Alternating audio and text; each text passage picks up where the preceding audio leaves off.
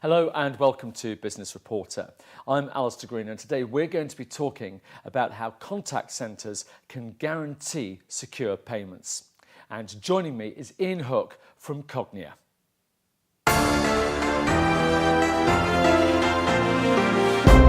So, good morning. Good morning, Alistair.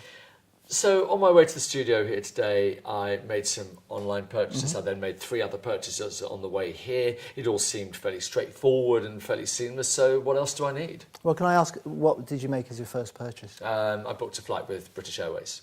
Well, the simple question to answer is, what are they doing to make sure that no one can steal your information? How do they lock down their networks? How do they monitor the systems? What processes and controls do they put in place? A raft of things they need to do. In essence, it all comes down to how do they keep your information safe? Okay, so you're talking about risks here. Let's split that down a little bit more and talk me through the step-by-step type of risks that we're talking about. Well, let's just take 2 examples that happened this year. So British Airways, in fact, they had a huge breach where hackers managed to get hold of tens of thousands of frequent flyer account data sets. The telco giant AT&T had an issue where 3 of their contact centres got breached, and again they lost significant information. They were fined $25 million. The issue really here is the risk, of course, is the risk of reputational loss. That they can lose customers overnight when that trust in that brand is lost. Just before I come to your solution, it strikes me that these problems have been around for a long, long time. There have been many, many breaches before, so there must be some solutions in place to actually react and to deal with these things. But it seems to me you're questioning the efficiency of those solutions. Why is that? Well, it's a fast-changing landscape. There's a lot of changes, both externally in terms of the attacks that organisations can face, and internally as well, in terms of the need to keep up with the technology, to provide customers with different ways of receiving service, but at the same time making sure that those are secure. So, how about compliance? How often are these rules and regulations updated? It's not an issue about the regulations themselves, it's about the application of those regulations. All too often we find that organisations will pay lip service to security, or they will just simply see it as an add-on to their business.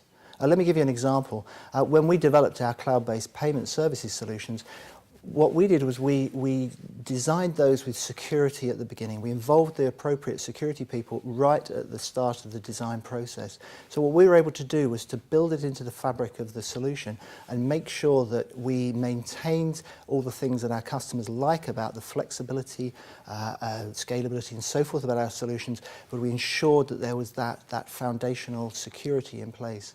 When we're talking about compliance, there seems to be a huge burden on organisations. So how do you end up doing what you're doing, talking about building solutions? How do you do that with organisations? Well, put simply, what we do is we eliminate the risk. Let me give you an analogy. Back in the 1900s, if you were making a telephone call, then what you do is you would speak to the operator at the telephone exchange. You would tell them the telephone number that you want to reach, and they would connect it. You trust that Betsy or whoever to transfer that call. And of course you trust them not to listen to the conversation as well. What we do is we prevent that information going into the contact centre. We make the payment process invisible to the contact centre, the agents and the systems themselves. You talked about invisibility there. So, okay, talk me through that. Talk me through the specifics of how that actually works. So let me take the example of you were booking some travel earlier on today. So let's say you call your travel agents, you speak to your friendly customer service agent. When it gets to the point when you make the payment, what you would normally do is you would speak to the agent, you would tell them all your sensitive card information, they would type that into their payment system and make the payment. So a bit like Betsy in the telephone exchange, you've trusted them with that information. So if we just roll forward and look at how our solution would apply to that, well, when you come to make the payment, what the agent would ask you to do is to use your keypad to input that information. We would then mask that information from the travel agent, from the agent itself and the company itself, and simultaneously make that payment on their behalf.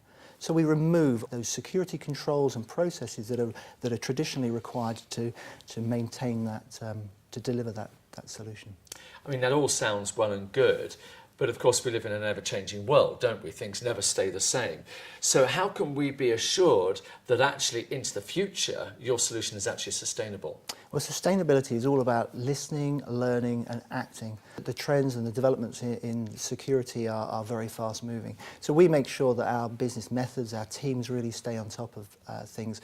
Recently there was a very big vulnerability in security that happened called Heartbleed. We were ahead of most, if not all, of the banks in terms of identifying that, putting in the patches and making sure that our systems were secure. Well, you've given us a fascinating perspective into secure payments and contact centres in Hook from Cognia. Thank you very much indeed.